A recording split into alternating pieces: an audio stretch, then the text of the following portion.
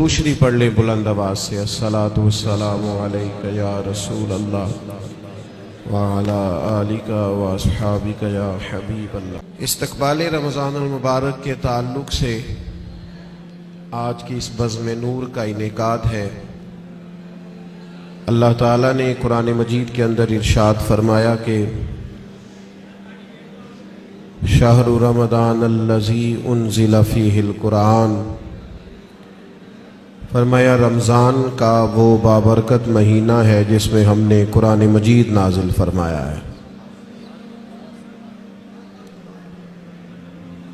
मेरी बड़ी आपसे मुअद्दबाना अर्ज़ है कि ज़ाहिर है मस्जिद का बहुत एहतराम है। ये दोस्त जो ठीक करा रहे हैं ना सबको, ये कभी छोड़ देना सारा काम, इत्मीनान से बैठे जी, माशाल्लाह अल्लाह का घर है, प्यार से बैठे सारे आप सब इत्मीनान से, बस अपनी अपनी जगह। कोई किसी को अगर दुरुस्त करना भी छोड़ दें तो आपका अल्लाह ताला आपको सिला अता फरमाए। अल्लाह के घर का एहतराम ज़्यादा है, पीर मौलवी तो आते जाते ही रहते हैं। तो आप अगर थोड़ा खामोशी इख्तियार करेंगे तो मैं बात कर सकूंगा। अल्लाह करीम आपको बेहतरीन सिला अता फरमाए। मेरा ख्याल है इस माहौल को देखकर बहुत सारे दोस्तों का ये वाला शिकवा तो मुझसे उठ जाना चाहिए कि मैं बहुत सारी जगहों पे क्यों हाजिर नहीं हो पाता। अब दोस्तों को जब हमारी वजह से तकलीफ होगी, जिस तरह लोग आजमाइश में बैठे हैं, तो जाहिर है उसका असर होता है तबीयत पे। हम बड़े छोटे लोग हैं, अल्लाह ताला हमारी खताओं से दरगुजर फरमाए। आप इत्मीनान से मस्जिद के बहुत ज़्यादा एहतराम को, अल्लाह के घर के बहुत ज़्यादा अदब को मलहूज़ खातर रखें। और वीडियो इतनी ज़रूरी थी तो मुझे बताते, मैं सिर्फ वीडियो भेजता। मेरा तो ख्याल था कि मुझे आपसे गुफ्तगू करनी है। अल्लाह ताला आपको बहुत सी बेहतरीन बरकतों से माला माल फरमाए। अल्लाह ताला कोई ऐसी बात मुझसे हो जाए जो दुरुस्त नहीं है तो अल्लाह ताला मेरी इस्लाह भी करे और मुझे मुआफ़ भी फरमाए। दो चार बातें अर्ज़ करनी है, आप लोग मोहब्बत से खामोशी से अगर समात फरमाएं। मुझे अंदाज़ा है कि लोग ज़्यादा हैं तो उनको दिक्कत हो रही है बैठने में और आजमाइश में है, लेकिन बहरहाल आप जब जितनी मोहब्बत से बैठेंगे उसका ज़्यादा अजर मिलेगा आपको। तो रमज़ान शरीफ के ताल्लुक़ से चंद एक गुजारिशात आपकी खिदमत में अर्ज़ करनी है। अल्लाह करीम ने इरशाद फरमाया कि रमज़ान वो बाबरकत वाला महीना है जिसमें हमने कुरान मजीद नाजिल फरमाया है। मैं यहाँ आया तो यहाँ मेरे लिए खैर के जुमले कहे गए, अच्छे लफ्ज़ों से मेरा इस्तकबाल किया गया। तो जाहिर है जो यहाँ दोस्त बात कर रहे थे वो मोतबर आदमी थे, अच्छे आदमी होंगे। तो आप यकीनन ये कहते होंगे कि हमारे मौलाना ने जिसके लिए ऐलान जुम्मे में किया है और कितने सारे लोग जिसको सुनने के लिए आए हैं, शायद बड़ा आदमी हो। कोई किसी के लिए जब इस्तकबालिया कहता है, अच्छे जुमले कहता है, तो उस बंदे का अपना कद इतना बड़ा होता है, लोग आने वाली शख्सियत को भी इसी में तोलते हैं। और जनाब हमारे उस्ताद कह रहे थे कि फलां आदमी की बात सुननी है, वो हमारे फलां बुजुर्ग ने फरमाया कि फलां की बात सुननी है। उससे बहुत अच्छे, बहुत गहरे, बहुत मुअस्सर असरात पैदा होते हैं। यानी एक नकीब महफिल उठकर ऐलान करें तो भी बड़ी बात है, लेकिन अगर वहां कोई आलिम बैठे हों, वो माइक ले लेके मैं दावत देता हूं फलां आदमी को, उसका और गहरा और उम्दा और ज्यादा असर होगा। मिसाल दी है, बात समझ में आ जाए। रमजान शरीफ वो बरकत वाला महीना है जिसके आने से कबल खुद रसूल करीम अलैहिस्सलाम ने खुतबा इरशाद फरमाया है। बुखारी में, मुस्लिम में, मिशकात में हजरत सलमान फारसी रदी अल्लाह तआला अन्हु की रवायत मौजूद है। फरमाते हैं नबी करीम अलैहिस्सलाम ने शाबान के आखिरी दिन और रमजान से एक दिन कबल हमें बाकायदा खुतबा दिया, बाकायदा। और करीम महबूब अलैहिस्सलाम ने हमें रमजान अल मुबारक के फजाइल सुनाए। अगर हम सिर्फ इसी बात को पेश नजर रखें ना कि रमजान वो मुकद्दस महीना है जिसके आने से कबल महबूब खुतबा इस्तकबालिया इरशाद फरमाते हैं, हुजूर फजाइल बयान करते हैं, जहन साजी करते हैं, लोगों को तैयार करते हैं कि रमज़ान शरीफ आ रहा है। और अल्लाह के हबीब अलैहिस्सलाम ने उस खुतबे में इरशाद फरमाया, लोगों तुम पर एक बरकत वाला महीना साया फिगन होने वाला है, और वो महीना ऐसा सादत वाला है, ऐसा बरकत वाला है कि फरमाए उसमें तुम अगर नफल पढ़ोगे तो अल्लाह फर्ज के बराबर अजर अता फरमाएगा, और अगर तुम उसके अंदर फर्ज अदा करोगे तो अल्लाह 70 गुना तुम्हें अजर अता फरमाएगा। अब बात को समझें, रखते उतनी हैं फर्जों की, लेकिन उसका सवाब बढ़ गया है। औकात वही है नमाज के, लेकिन उनका सवाब बढ़ गया है।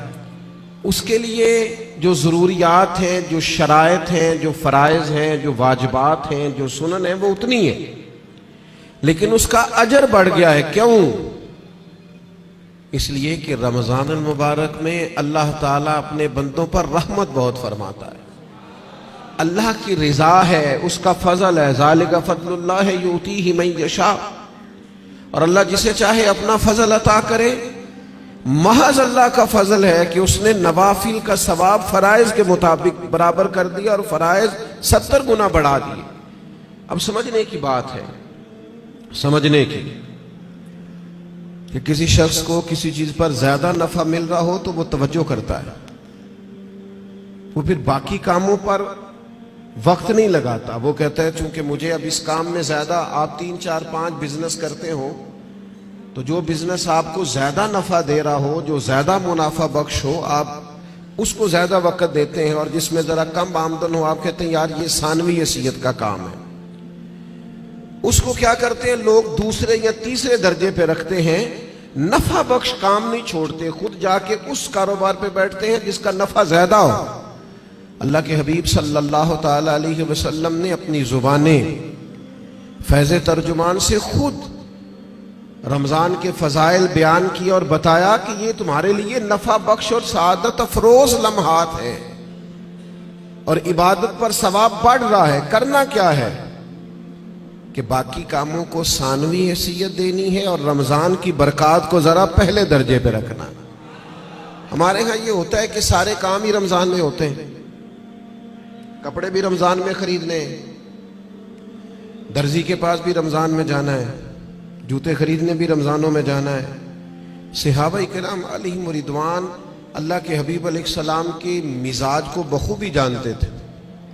हुजूर का बाकायदा खुतबा देना रमजान की फजीलत में, और बाकायदा अल्लाह के महबूब अलैहिस्सलाम का सहाबा की तवज्जो मबजूल कराना, तो वो समझ गए।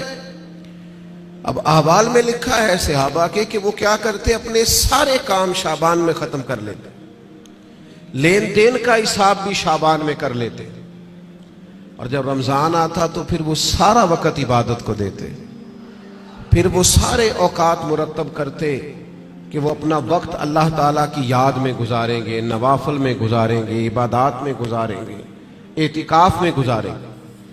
करने का काम ये है कि हम ज़हनी तौर पर तैयार हों, हमारा मिजाज बने। तवज्जो है आपकी मेरी बात पर? आप ज्यादा गौर फरमाइए क्या अर्ज कर रहा हूं।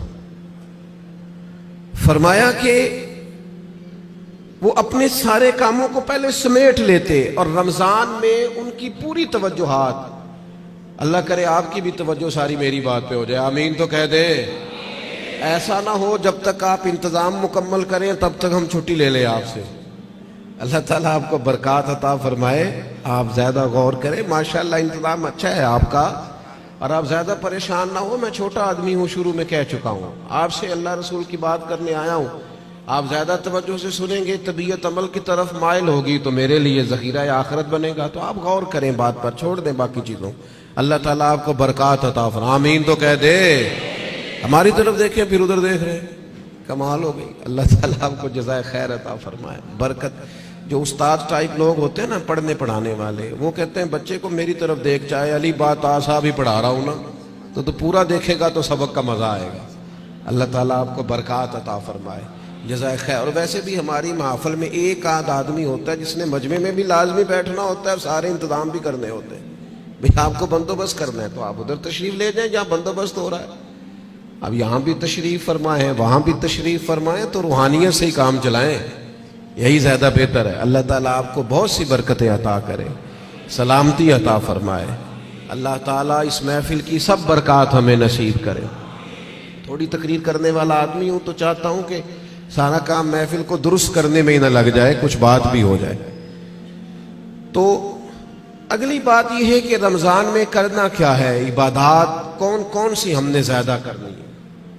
सबसे पहले तो यह समझ लें कि रोजादार का सारा वक्त ही इबादत में है। उसे कहा गया है कि रोजा तेरे लिए ढाल है। रोजा रखना भी है, रखने के भी फजाइल है। महबूब फरमाते अल्लाह ताला और उसके फरिश्ते सहरी खाने वालों पर रहमतों का नुज़ूल फरमाते। नहीं, आप खाना ही खा रहे हैं, लेकिन खाना खाते खाते आप पर रहमत हो रही। और हुजूर अलैहिस्सलाम ने फरमाया, और हमारा और दीगर मज़ाहब वालों का फर्क यह है कि हम सहरी खाते हैं और वो बगैर सहरी खाए रोजा रखते हैं। यानी सहरी खाना, इसको अल्लाह के महबूब अलैहिस्सलाम ने कितना दर्जा अता फरमाया। अब आपने रोजा रख लिया, रोजा ढाल है, इसको रखना भी है और इसकी हिफाजत भी करनी है। थोड़ा सा अपने आप को रमजानुल मुबारक में बदलना है, रूटीन का काम नहीं करना। आपने रोजा रखा है, अब आपको उस रोजे का मुहाफिज बनना है। उसके लिए क्या करेंगे, अपने आप पर जरा पाबंदी लगाएंगे। हुजूर अलैहिस्सलाम की खिदमत में कुछ खवातीन हाजिर हुई थी कि हम रोजेदार हैं, तो फरमाया तुमने तो गीबत की है, मुर्दा भाई का गोश्त खाया है, कहां रहा तुम्हारा रोजा। जब तक कोई झगड़ा ना करे, जब तक कोई गीबत ना करे, उतनी देर तक तो उसका रोजा ढाल है। लेकिन अगर कोई ये काम करता है तो उसका लाजमी नतीजा ये निकलता है कि वो अपने रोजे की बरकत को जाया करता है। रोजे के मुहाफिज बने। अगर कोई शख्स ऐसी बात भी करता है तो उसे कहीं भाई मैं रोजादार हूं, उस रोजे के मुहाफिज बने। फिर रमजान मुबारक के अंदर कुरान मजीद के साथ रमजान का बड़ा गहरा रिश्ता है। जो आया करीमा मैंने तिलावत की, जो हिस्सा मैंने पढ़ा, उसमें भी फरमाया अल्लाह ताला ने शाहरु रमजान अल्लज़ी उन्ज़िला फ़ीहिल कुरान, ये रमजान का वो महीना है जिसमें हमने कुरान मजीद को नाजिल फरमाया है। हमारा ना कुरान मजीद के साथ रिश्ता आखिर किस तरह का होना चाहिए। अल्लाह का फजल है, रमजान के अंदर आपको बहुत हुफ़ाज मिलेंगे। अब ऐसा नहीं है किसी जगह कि कोई शख्स ये कहे कि हमें कुरान मजीद सुनना था तरावी में, लेकिन हमें हाफिज नहीं मिला। ये हो सकता है किसी हाफिज को मस्जिद ना मिले, ये मुमकिन है सुनाने का मौका ना मिले, लेकिन अल्लाह का ये एहसान है कि ऐसा कोई शख्स नहीं। हुफाज बड़े हैं, कुर्रा बड़े बड़े आला है, कुरान मजीद के आलिम, तर्जुमा करने वाले, तफसीर बयान करने वाले, समझाने वाले बड़ी तादाद रखते हैं। लेकिन हमें जरूरत किन लोगों की है? हमें जरूरत है कुरान मजीद के उशाक की, जो इश्क करे कुरान मजीद से। रुके भेजते हो ना नात खानों को, बहुत अच्छी बात, फुला नात सुनाए, बहुत आला बात। एक आध रुका कभी भेजा करो ना, आज बड़ा दिल कर रहा है सूरह रहमान सुनाए। एक आध रुका रवाना करो ना स्टेज की जानिब। कभी जब कारी साहब तिलावत कर रहे हो तो उन्हें कहा बहुत दिल कर रहा है आज आप ना हमारे सामने सूरतुल हुजरात की तिलावत करें। ये रुके भी तो होने चाहिए ना। नबी करीम अलैहिस्सलाम की खिदमत में अर्ज किया गया, या रसूलल्लाह ये फलां शख्स है नमाज में सूरह इखलास बहुत कसरत से पढ़ते हैं। तो महबूब ने बुला के पूछा आपको और सूरतें नहीं आती? उन्होंने कहा हुजूर आती हैं, पर सूरह इखलास में अल्लाह की शानों का बयान है, मुझे प्यारी बड़ी लगती। तो करीम ने फरमाया तुम इससे मोहब्बत करते हो, उम्मीद है जन्नत में भी तुम्हें साथ ले जाएगा। किसी एक सूरत से भी तो प्यार करे ना भाई। वो जो सूरह मुल्क पढ़ते थे और फिर कब्र से भी उनके सूरह मुल्क पढ़ने की आवाज ही आ रही, तो ये वाला प्यार भी तो करें ना आप कुरान मजीद के साथ। दिलचस्पियां हो, ज़ौक़ हो। इमाम शाफ़ी रहमतुल्लाह अलैह फरमाते हैं किसी शख्स ने पूरा कुरान मजीद ना भी समझा हो तो अगर वो सिर्फ सूरह असर को समझ ले, इंतहाई जामे, इंतहाई मुख्तसर और दीन का पूरा मफहूम सूरह असर में बयान हुआ, अगर वो सिर्फ सूरह असर समझ ले तो उसने दीन के सारे मफहूम को समझ लिया है। और सहाबा का इतना मजबूत मिजाज था इन बातों पर कि जब वो किसी से मुलाकात करते, अस्सलामु अलैकुम होती, तो उतनी देर तक जुदा नहीं होते थे जब तक सूरह असर की तिलावत नहीं कर लेते थे। हमें कुरान मजीद से इश्क करना चाहिए। कह रहे होते हैं हमारे नकीब साहब भी और नात खान साहब भी, सारा कुरान मजीद ही हुजूर की तारीफ है, सारा कुरान पाक की नबी करीम की नात है। तो भाई अगर सारा कुरान मजीद हुजूर की नात है तो चंद आयात पढ़ दें आप, फिर मेहरबानी करें, फिर आप सुना दें। सुना फिर भी आप अशार ही रहे हैं, और वो भी ऐसे लोगों के जिनका पता ही नहीं है कि उनको शेर कहना भी आता है कि नहीं। कुरान मजीद से दिलचस्पी पैदा करें। हजरत अबू मूसा अशअरी रज़ी अल्लाह ताला अन्हु खूबसूरत कुरान मजीद पढ़ते थे,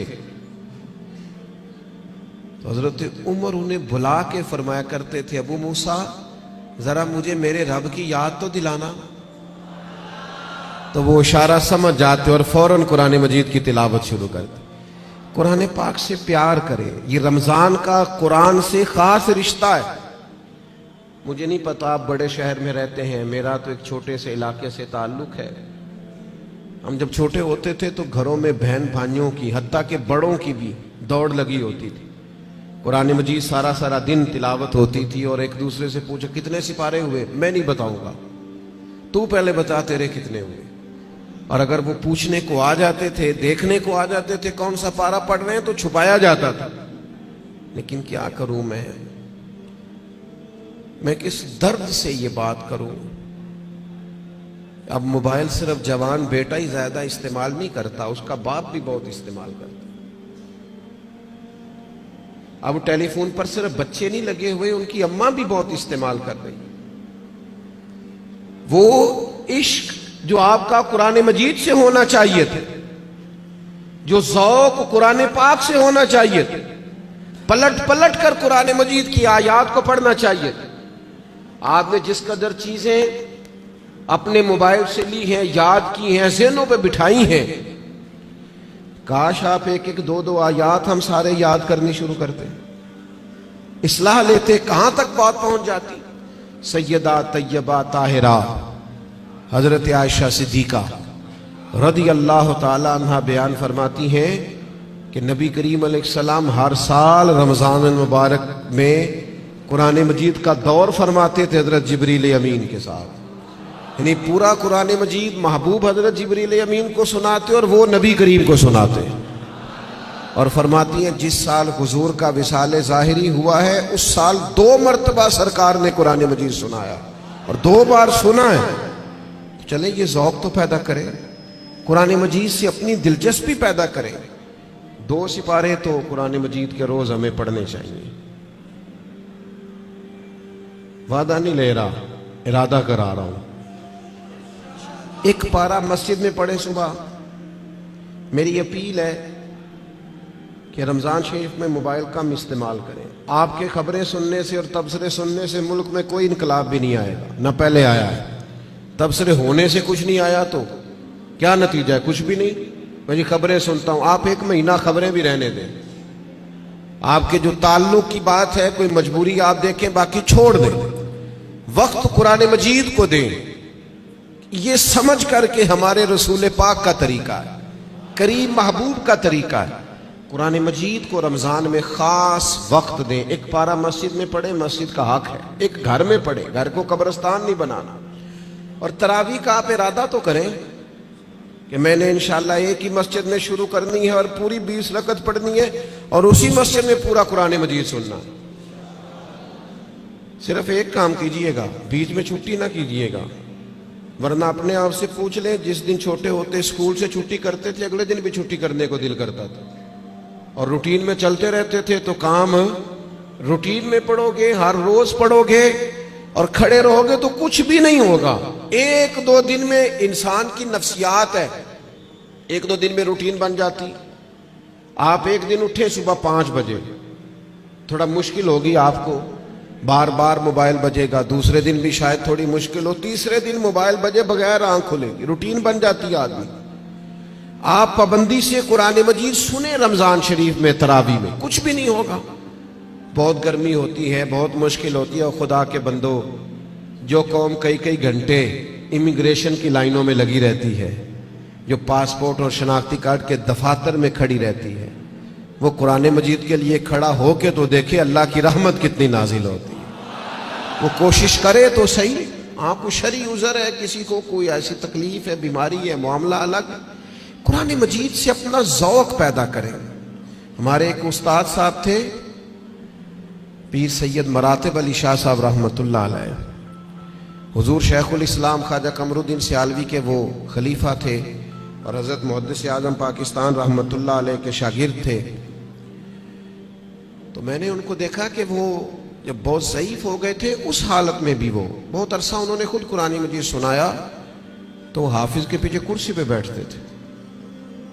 बहुत बुढ़ापा था, ज़ाहिरी तौर पर कमज़ोरी थी, पर जो कुरान मजीद से उनका प्यार था वो बड़ा अनोखा था। कुरान मजीद से मोहब्बत पैदा करें, ज़ौक़ पैदा करें। और मैं आपसे अर्ज़ करूं, आपका जो बच्चा बड़ा छोटा है ना, 2-2.5 साल का है, बच्ची बड़ी छोटी है, आप कुरान मजीद लेके घर में बैठ जाएं, इंशाअल्लाह वो भी पारा लेके आपके करीब आके बैठ जाएंगे।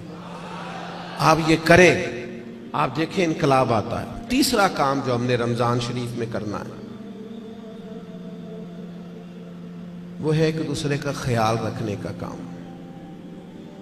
रमजान गमखारी का महीना है।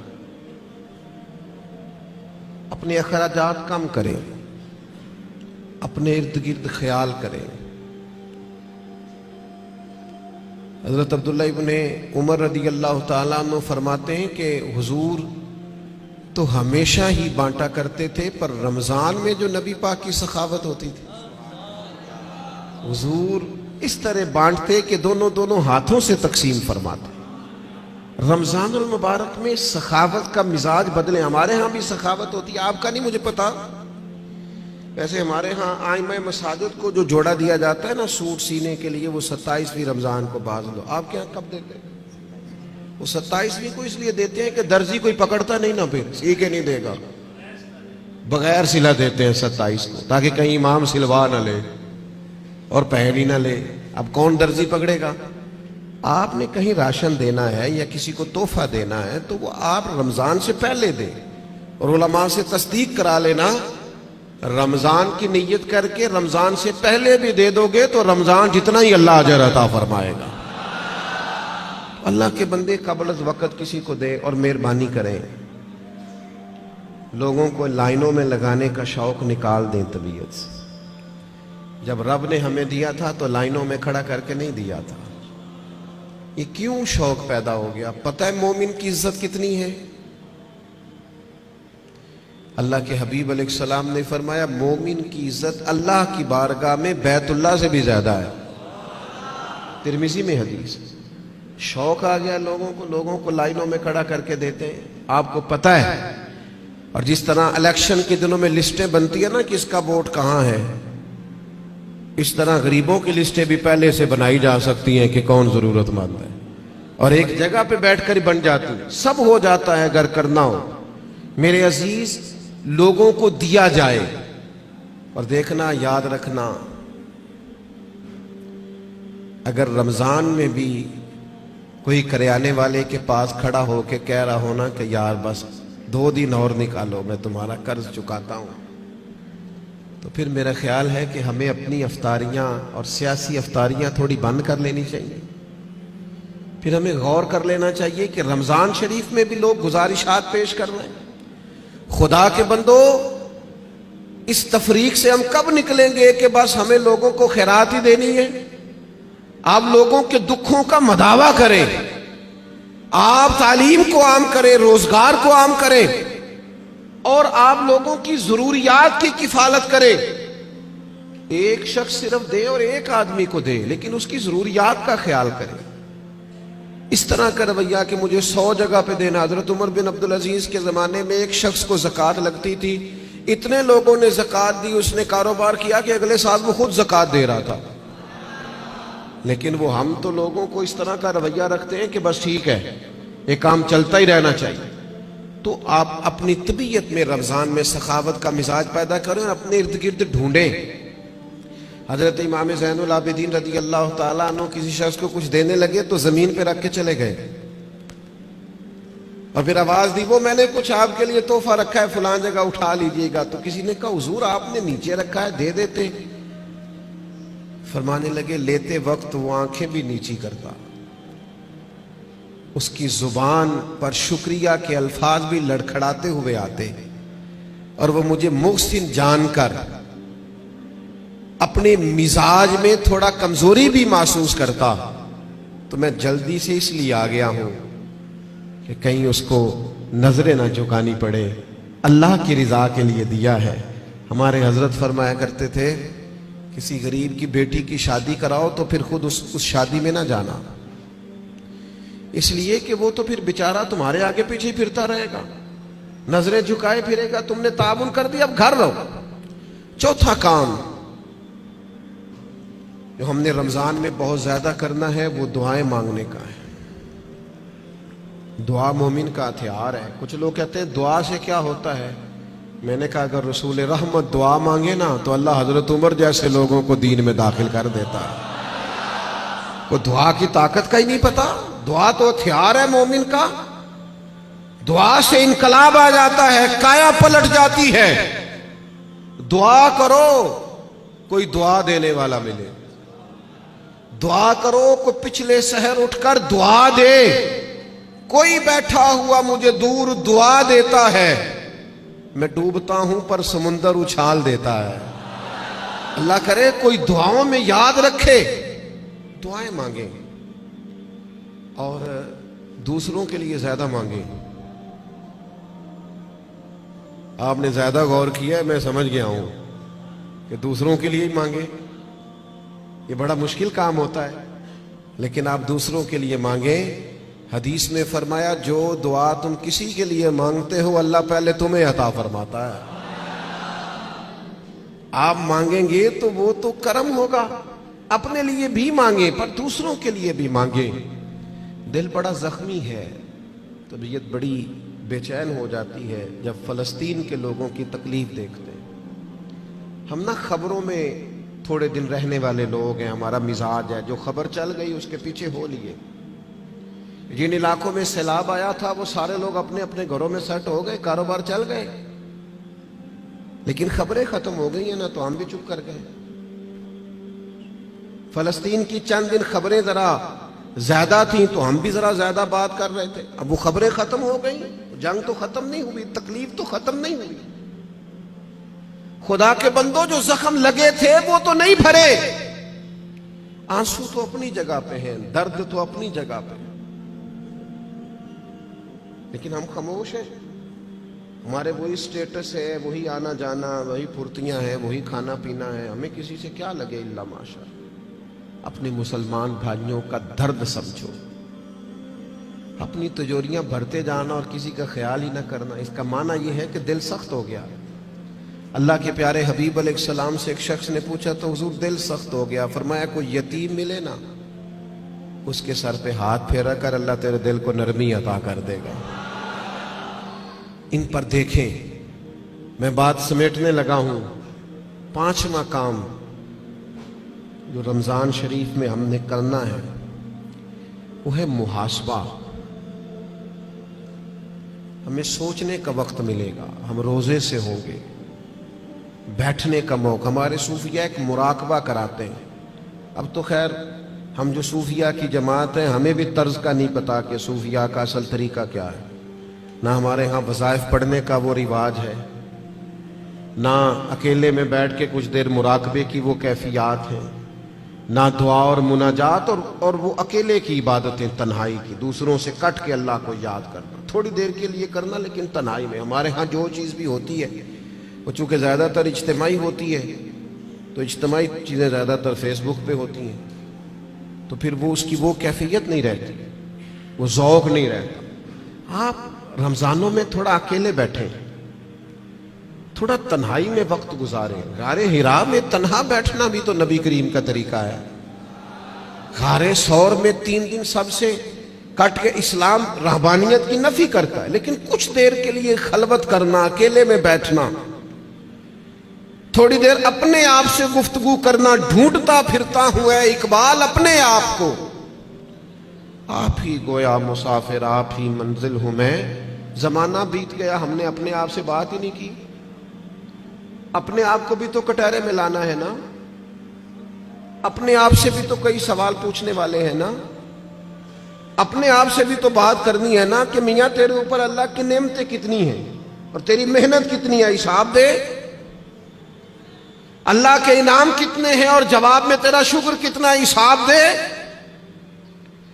अल्लाह के एक बंदे थे, उन पर नेक थे, इबादत गुजार थे, इनाम बरसने लगे तो एक दिन रो पड़े और तड़प के कहने लगे, अल्लाह इन पर इनाम बहुत होने लगे हैं, मेरी कदर बहुत होने लगी है, मेरे आने पर गोया नारे बहुत लगने लगे, लोग मुझे बहुत जानने लगे हैं, मुझ पर करम करना, कहीं मेरी सारी नेकियों का मुझे दुनिया में अजर ना दे देना।